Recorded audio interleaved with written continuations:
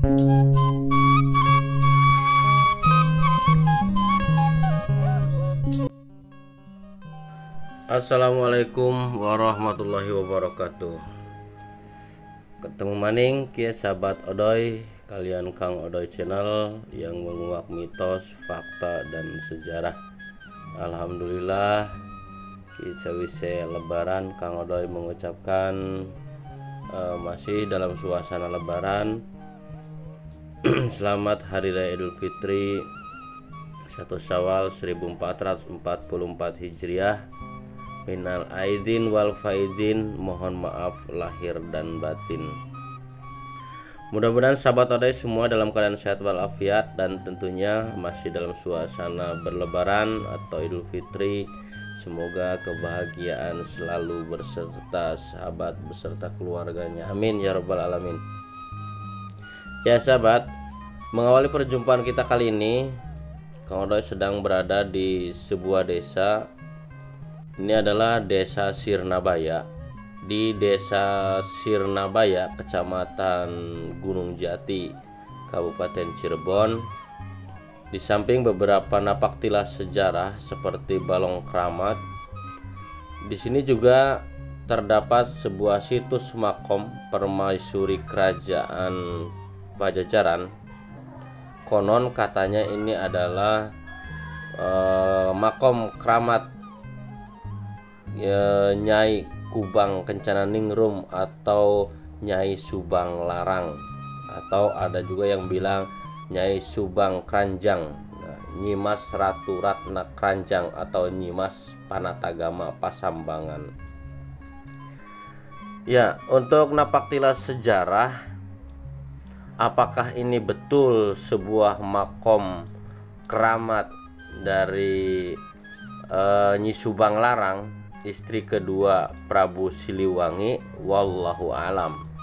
Karena ada di beberapa tempat yang mengklaim, ada yang di Sumedang, ada yang di Subang kalau tidak salah, ada yang mengklaim beberapa tempat bahwa ada sebuah makom Nyai Subang Larang. Apakah ini sebuah makom Nyai Subang Larang? Wallahu alam. Jadi di dalam fakta sejarah, sahabat, sekali lagi, apabila terdapat perbedaan pemahaman atau pengertian dalam cerita sejarah sebuah sejarah itu, jadi kita tidak bisa menyalahkan salah satu perbedaan. Jadi apabila kita sejarah A dengan sejarah B ini satu cerita tapi beda ceritanya, ini adalah sebuah perbedaan yang tidak patut dipersalahkan selagi penyampaian narasi yang kita sampaikan ini adalah masih bersandar atau mempunyai referensi sejarah. Nah, seperti yang Kang Odoy sampaikan juga, ini adalah sebuah fakta sejarah. Konon katanya ini adalah Nyimas Ayu Subang Kranjang, keturunan priai saking Banten, yaitu dari anak dari Kiai Tapa merupakan istri kedua Prabu Siliwangi dari cucu Ki Gedeng Kasmaya. Jadi wallahu alam ya sahabat.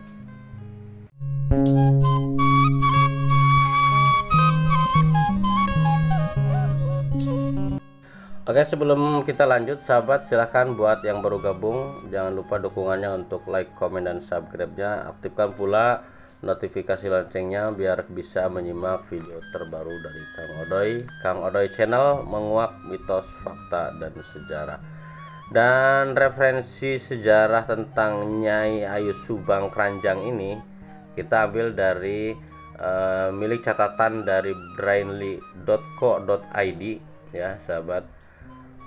Menurut catatan dari brainly.co.id, kisahnya begini sahabat.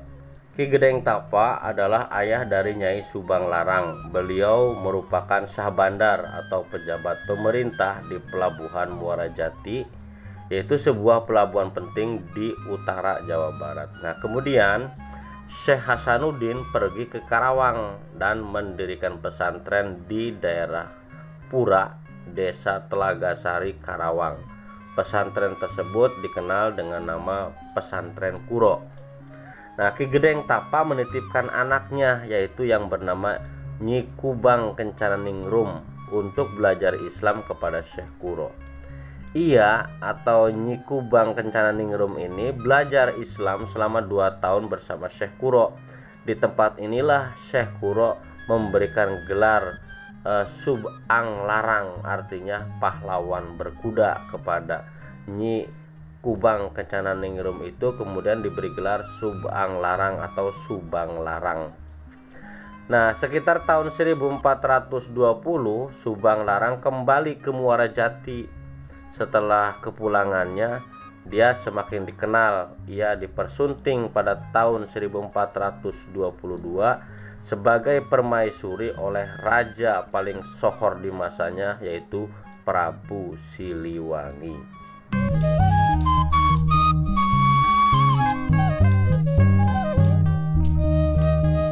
Ya, dan Prabu Siliwangi sendiri adalah merupakan penguasa dan raja terbesar dari kerajaan Pajajaran. Jadi sangat menarik sekali nih, Subang Larang adalah satu-satunya istri Raja Pajajaran yang memeluk agama Islam. Meskipun begitu, Subang Larang tetap berpegang teguh dalam keyakinannya dan tidak goyah sedikit pun. Ia pun menginspirasi melalui kekuatan imannya, menjunjung tinggi toleransi di tengah keberagaman. Nah, dia tidak merubah penampilannya sehingga terpancar dari dalam dirinya kecantikan sejati. Itulah Nyai Subang Larang.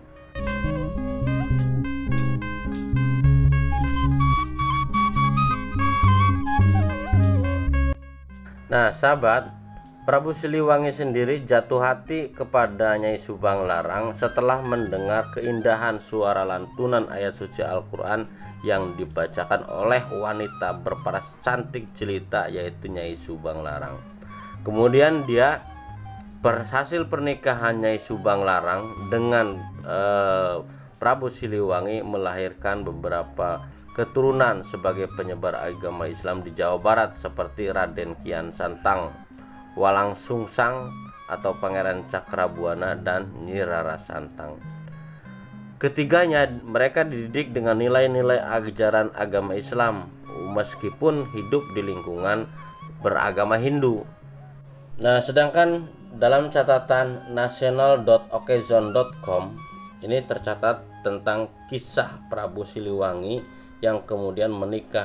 Nah, di dalam catatan national.okezone.com dikisahkan tepatnya pada tahun 1412 yang digerakkan oleh Syekh Kuro, seorang ulama dari Cempa atau Kamboja. Pada tahun tersebut ia telah membangun sebuah pesantren di Tanjung Puro, Karawang. Untuk mengetahui sejak kapan penyebaran Islam di Jakarta, menurut budayawan Betawi Ridwan Saidi, ini bisa dirunut dari berdirinya pesantren Kuro di Karawang pada tahun 1418. Syekh Kuro atau Syekh Hasanuddin yang berasal dari Kamboja. Mula-mula maksud kedatangan ke Jawa untuk berdakwah di Jawa Timur. Namun ketika singgah di pelabuhan Karawang, Syekh Kuro urung meneruskan perjalanan ke timur. Ia menikah dengan seorang gadis Karawang dan membangun pesantren.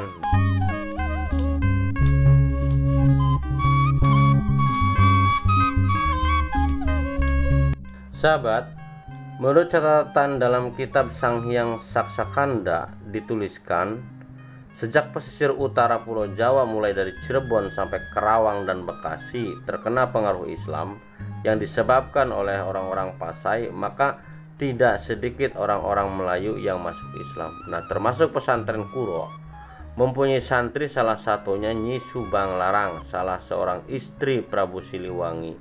Hal ini menunjukkan bahwa proses Islamisasi tidak hanya terjadi pada kalangan rakyat biasa, juga pada tingkatan elit. Menurut legenda, Sang Prabu Siliwangi menolak masuk Islam ketika diimbau oleh putranya Kian Santang atau juga oleh Pangeran Cakrabuana. Proses Islamisasi di Jakarta dan sekitarnya di abad ke-14 sampai abad ke-16 tidak dapat dilakukan tanpa menyebut nama-nama besar seperti Kian Santang. Ia tanpa ragu-ragu mengikuti jejak ibunya memeluk Islam. Setelah terjadinya proses Islamisasi, Prabu Siliwangi lalu ngahyang atau menghiang. Dari sinilah muncul kata parahyangan. Tapi menurut Ridwan, hingga sekarang masih menjadi pertanyaan besar, apakah Prabu Siliwangi menolak ajakan putranya masuk Islam atau menerima ajakan itu secara diam-diam. Seorang murid Kian Santang yang juga menjadi penyebar agama Islam yang handal adalah Pangeran Papak, seorang adipati dari Tanjung Jaya yang kini lokasinya di Tanjung Barat, Jakarta Selatan. Ratunya adalah Kiranawati yang dimakamkan di Ratu Jaya, Depok.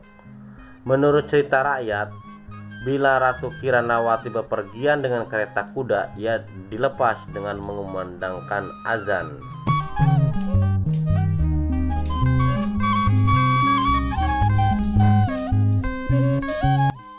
Nah, oke, itulah sahabat sepenggal tentang Nyi Subang Keranjang atau Nyi Subang Larang yang dipersunting oleh Prabu Siliwangi menjadi istri yang kedua. Dan dari sinilah sahabat, ini adalah sebuah napaktilas yang berada di desa Sirnabaya, Kecamatan Gunung Jati, Kabupaten Cirebon, yang konon ini adalah makam Nyi Subang Larang atau Nyi Subang Keranjang atau Nyi Mas Panatagama Pasambangan. Ini yang kita lihat sahabat, ini pintu masuknya dari sini. Ini berdekatan sekali dengan Balai Desa Sirnabaya dan berdekatan dengan Balong Kramat Sirnabaya. Nah, inilah kita masuk ke wilayah pemakaman atau wilayah makom yang konon katanya diklaim ini adalah makom Nyi Mas Subang Keranjang, istri Maharaja Prabu Siliwangi. Wallahu alam masalah kebenarannya sahabat, karena di sini kita tercatat melihat dari papan nama. Nah, papan namanya ini di sini tertulis ini adalah makom Nyi Mas Subang Keranjang. Nanti kita lihat dan kita baca ya. Nah, ini sebagai referensinya. Jadi sahabat, apabila terdapat perbedaan yang mengklaim di sana sini ada makamnya Nyi Mas Subang Keranjang, di sini pun ada makam Nyi Mas Subang Keranjang. Nih, situs makom permaisuri Kerajaan Pajajaran Gusti Ayu Nyi Mas Subang Keranjang ya. Inilah salah satu situs sejarah yang merupakan pengingat kita bahwa Nyi Mas Subang Keranjang inilah murid dari Syekh Kuro atau Syekh Hasanuddin, yang konon katanya ini adalah makom Nyi Mas Ratu Ratna Keranjang atau Nyi Mas Panatagama Pasambangan. Oke sahabat, mudah-mudahan bermanfaat.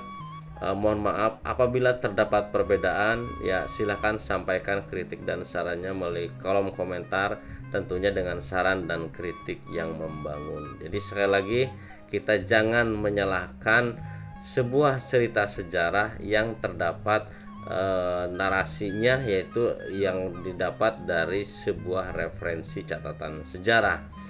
Biarkan perbedaan itu ada, jangan saling menyalahkan tetapi saling menghormati. Oke, terima kasih, mudah-mudahan bermanfaat. Jumpa kembali bersama Kang Odo Channel yang selalu menguak mitos, fakta, dan sejarah. Akhir kalam, billahi taufiq wal hidayah. Wassalamualaikum warahmatullahi wabarakatuh.